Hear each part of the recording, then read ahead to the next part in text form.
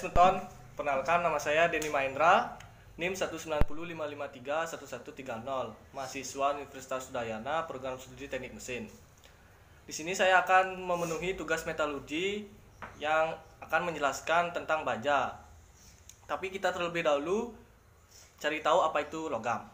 Logam atau metal adalah unsur kimia yang mempunyai sifat-sifat kuat, liat, keras, pengantar listrik dan panas, serta mempunyai titik cair yang tinggi.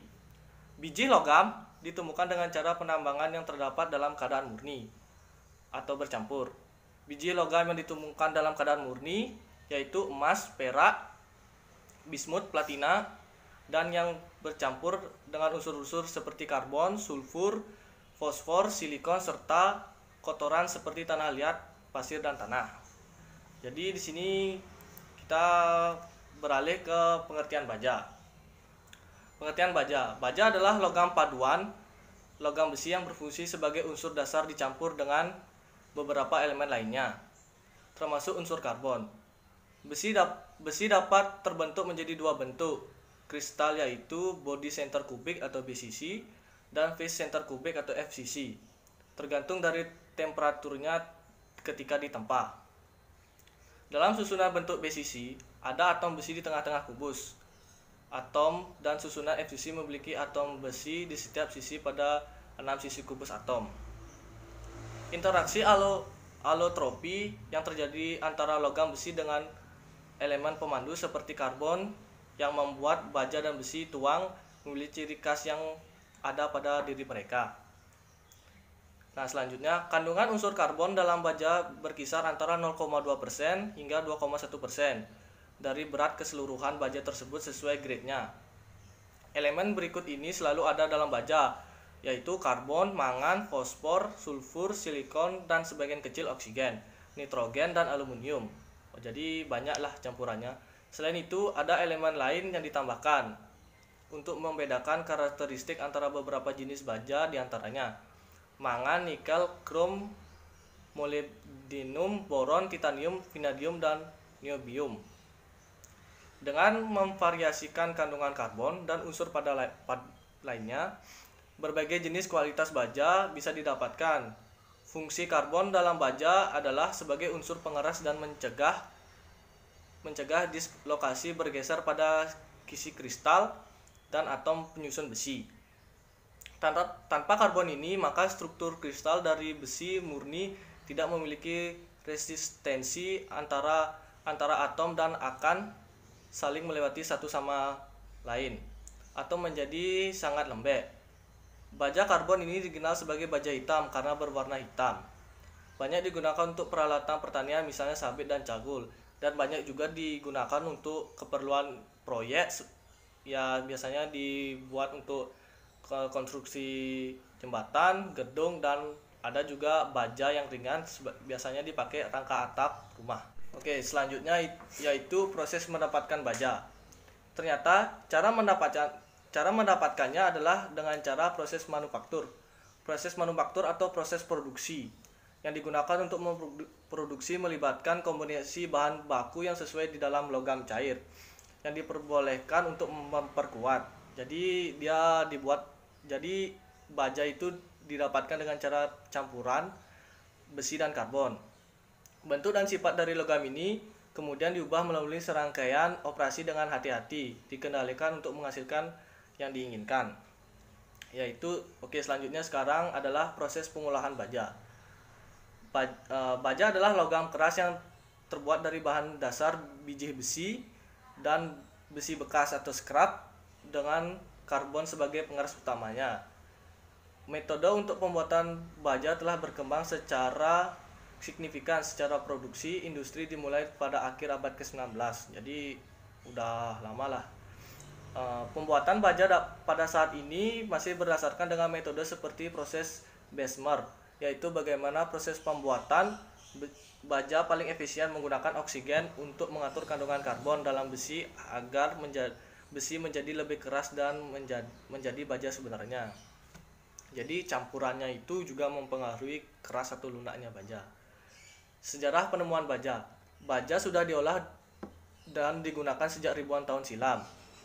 Sebelumnya ditemukannya baja awalnya berupa biji besi yang belum sekuat baja, karena kandungan unsur-unsur kimia yang menyebabkan karbon tidak begitu kuat mengikat unsur atau atom besi pada logam tersebut. Jadi yang dulu-dulu itu campurannya belum sesempurna yang sekarang. Sekitar 3000 sebelum Masehi, pada zaman Mesir kuno sudah ada teknik untuk peluburan logam. Bahkan pada zaman sebelumnya sudah ada pembuatan perhiasan dari besi. Tuh, besi. Berat berarti berat. Pada zaman Yunani sekitar 1000 tahun sebelum Masehi telah ada perkembangan proses pengerasan besi dan dengan teknik pemanasan heat treatment untuk pembuatan senjata seperti tombak dan pedang. Pembuatan baja telah ada selama ribuan tahun, namun belum secara resmi diperkenalkan dan dikomersilkan sehingga abad ke-19 ini. Pada masa kuno seperti zaman kerajaan zaman dulu, kerajinan proses pembuatan baja adalah dengan proses wadah di dapur pemanasan, dapur panas. Pada masa sejarah peradaban manusia, baja hanya telah dibuat dalam jumlah kecil. Namun setelah ditemukan formula pengolahan baja yang lebih baik, yaitu dengan penemuan proses Bessemer pada abad ke-19 dan perkembangan teknologi berikutnya dalam teknologi injeksi dan kontrol proses. Setelah sukses pembuatan baja dengan proses Bessemer yang baru dimulai pada akhir tahun 1850-an. Selanjutnya proses pembuatan baja. Dalam proses pembuatan baja, kandungan senyawa seperti silikon, nitrogen, sulfur, fosfor, dan kelebihan karbon dikeluarkan dari besi mentah agar kandungan besi semakin murni dan atom besi semakin terikat kuat, biar semakin kuat. Elemen perpaduan seperti nikel, kromium, mangan, dan vanadium ditambahkan pada proses pengolahan untuk menghasilkan nilai yang berbeda dari baja yang dihasilkan. Karbon pada besi bekerja sebagai unsur pengeras, mencegah atom besi untuk teratur dalam keterikatan. Kadar jumlah karbon dan penyebaran perpaduan campuran atau alloy bahan baku dapat mengontrol kualitas baja. Jadi semua bahannya itu mengontrol kualitas baja dan ya kerasnya juga. Baja dengan peningkatan jumlah karbon dapat memperkeras dan memperkuat besi, tetapi juga bisa menjadikannya lebih rapuh. Pengertian baja secara ilmiah, baja adalah besi karbon campuran dengan kadar karbon sampai 5,1%. Namun, alloy dengan kadar karbon lebih tinggi dari ini dikenal sebagai besi.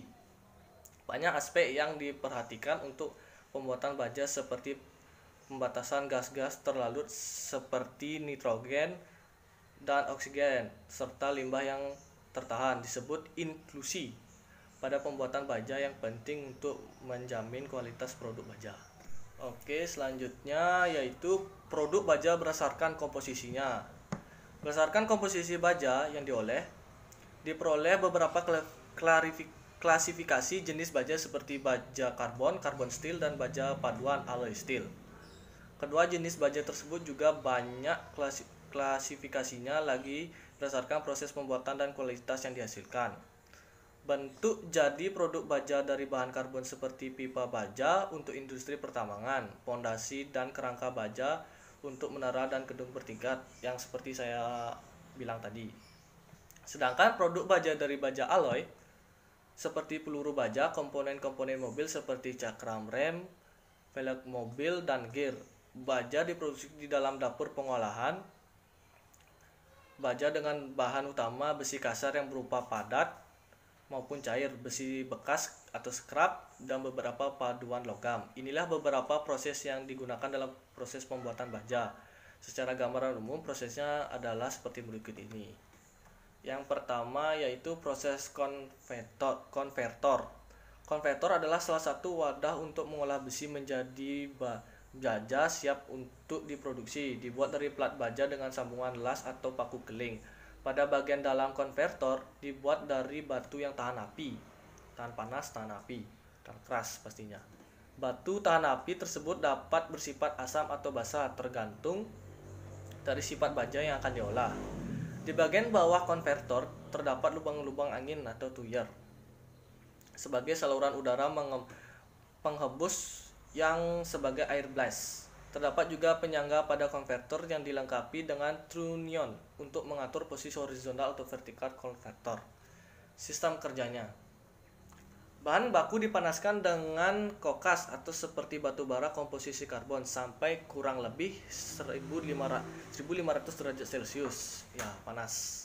Konverter miringkan untuk memasukkan bahan baku baja kurang lebih 1/8 dari volume konverter. Sedikit dulu lah. Setelah bahan baku baja masuk ke konverter, kembali ditegakkan. Tekanan udara pengolahan berkisar 1,5 sampai 2 atm dihembuskan ke kompresor. Kemudian setelah 20 sampai 25 menit, konverter diputar balik, dijungkirkan untuk mengeluarkan hasilnya. Yang kedua yaitu proses Siemens-Martin. Proses Siemens-Martin diolah di dalam dapur pelebur baja yang dapat mencapai suhu tinggi. Proses pengolahan baja Siemens-Martin dibuat oleh dua orang yang bernama Simon dan Martin, sesuai dengan namanya. Sehingga dapurnya disebut pula dapur Simon-Martin.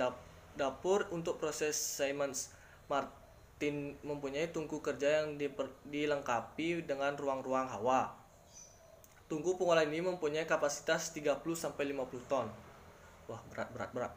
Bahan baku yang diolah selain besi kasar juga dapat dimasukkan besi bekas atau besi tua.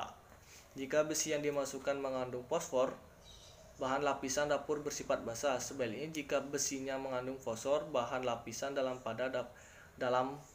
dapurnya bersifat asam. Sistem kerjanya. Sistem kerja dengan proses Siemens-Martin menggunakan regenerator dengan suhu mencapai 3000 derajat Celcius.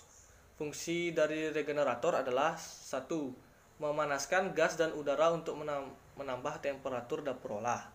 2. Berfungsi sebagai fundamen atau landasan dapur. 3. Menghemat pemakaian ruang di dalam dapur.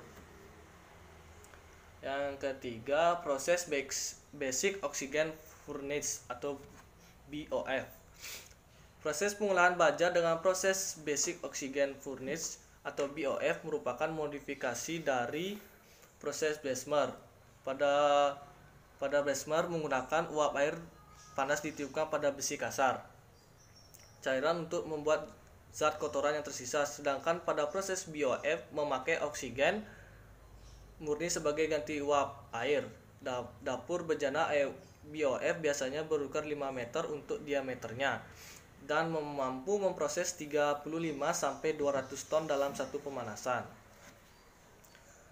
Sistem kerjanya. Proses BOF menggunakan besi kasar cair, yaitu komposisinya 65 sampai 85% penggunaan yang dihasilkan oleh tanur tinggi sebagai bahan dasar utama, dicampur dengan besi bekas scrap baja sebanyak 15 sampai 35%, batu kapur dan gas oksigen dengan kemurnian 99,5%. Oksigen akan mengikat karbon yang terdapat pada besi kasar secara berangsur-angsur turun sampai mencapai tingkat baja yang dibuat. Yang selanjutnya yaitu proses dapur listrik. Ya, ini menggunakan listrik pastinya. Proses pengolahan baja dengan menggunakan dapur listrik adalah metode pengontrol temperatur peleburan dan memperkecil unsur-unsur campuran di dalam baja yang dilakukan secara proses pemurnian. Pada awal pemurnian, baja digunakan dapur tungku terbuka atau konverter. Kemudian pada proses pemurnian lagi yang dilakukan di dalam dapur listrik sehingga baja yang diperoleh menjadi lebih berkualitas. Dapur listrik terdiri dari dua jenis, yaitu dapur listrik busur nyala dan dapur induksi frekuensi tinggi. Selanjutnya yaitu proses dapur kupola atau kupola furnace. Digunakan untuk peluburan besi kasar, kelabu dan besi bekas menjadi baja atau besi tuang. Pada umumnya digunakan untuk menghasilkan peleburan sehari-hari berdasarkan pada kapasitas dari pabrik. Biasanya dioperasikan secara berpasangan, jadi pemeliharaannya bisa diatur pada satu kubah dan kubah yang lainnya tetap bisa operasi demikian secara terus bergantian. Nah, selanjutnya yaitu penerapan baja dalam kehidupan sehari-hari. Manfaat pembuatan baja telah memainkan peran penting pengembangan masyarakat teknologi modern. Produk baja banyak kita temui seperti yang digunakan dalam kerangka-kerangka bangunan seperti kerangka jembatan. Bahan baku utama terbuat dari kerangka keunggulan dan kekuatannya. Ya, biasanya satu, konstruksi baja untuk kerangka gedung bertingkat. Dua, pondasi jembatan dari baja. Tiga, jembatan selat penghubung antara pulau dibangun dengan baja. Dan empat, rel kereta api yang kuat terbuat dari bahan baja. Dan yang kelima, rangka atap rumah. Yang rangka atap rumah ini baja ringan, bukan baja berat yang biasanya masyarakat kenal. Sifat mekanik baja. Sifat kekuatan baja mempunyai sifat kekuatan tinggi dan tahan tarik, tekan lenturan dan geseran. Sifat elastis, bahan baja mengalami pembebanan dan akibat pembebanan sampai batas tertentu akan mengalami perubahan bentuk, tetapi setelah pembebanan dihentikan maka bahan baja akan kembali pada bentuk semula. Sifat kekerasan, baja tidak mudah mengalami cacat atau kena benturan. Sifat dapat ditempa, baja yang pada keadaan pijar atau lembek karena dipanasi mudah ditempa sehingga dapat dirubah bentuknya. Sifat fisik baja, berat dan berat jenis baja. Berat baja per meter persegi diperlukan saat melaksanakan perhitungan volume besi atau menghitung struktur bangunan guna mencari nilai beban yang harus ditahan oleh sebuah struktur baja. Menurut Standar Nasional Indonesia atau SNI, berat jenis baja adalah 7.850 kg per meter persegi. Sifat kimia baja. Komposisi baja atau komponen utama penyusunnya pada dasarnya ialah besi atau Fe dengan tambahan unsur karbon atau C sampai dengan 1,67% maksimal. Pada kadar unsur karbon lebih dari 1,67%, maka material tersebut biasanya disebut dengan besi cor atau cast iron. Maka tinggi kadar karbon dalam baja maka akan mengakibatkan hal sebagai berikut. Kuat leleh dan kuat tarik baja akan naik. Kelihatan atau elongsi baja berkurang semakin sukar diolah atau dilas. Oleh karena itu adalah penting agar kita dapat menekan kandungan karbon pada kadar serendah mungkin untuk dapat mengantisipasi berkurangnya sifat sulit dilas di atas. Tetapi sifat kuat leleh dan kuat tariknya tetap tinggi. Sekian materi dari saya, itulah penjelasan tentang baja. Semoga teman-teman semua mengerti. Saya mohon maaf apabila ada materi yang kurang jelas. Jangan lupa like, komen, dan subrek karena itu mempengaruhi nilai saya. Nah, sekian, saya Denny Mahendra, pamit dulu.